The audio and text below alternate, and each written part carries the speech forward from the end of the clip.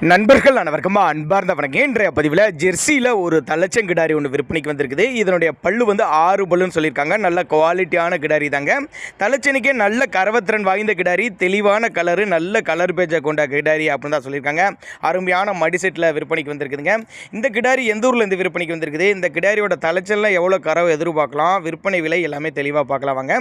அதுக்கு முன்னாடி நம்ம சேனலை சப்ஸ்கிரைப் பண்ணிட்டு இந்த வீடியோவை ஸ்கிப் பண்ணாமல் கடைசி வரலையுமே பாருங்கள். தலைச்சங்கிடாரி தான், ஜெர்சி டைப்பு தான். பல்லு வந்து 6 பல்லுன்னு சொல்லியிருக்காங்க. 9 மாதம் சினியாக இருக்குது. கிடாரி வந்து 9 மாதம் சினியாக இருக்குது. இன்னும் கண்ணு ஈன்றக்கு டைம்னு பார்த்தீங்கன்னா ஒரு 15 நாட்கள் பக்கம் பிடிக்கும் அப்படின்னு தான் சொல்லியிருக்காங்க. சுழி தப்புலாம் எது கிடையாது.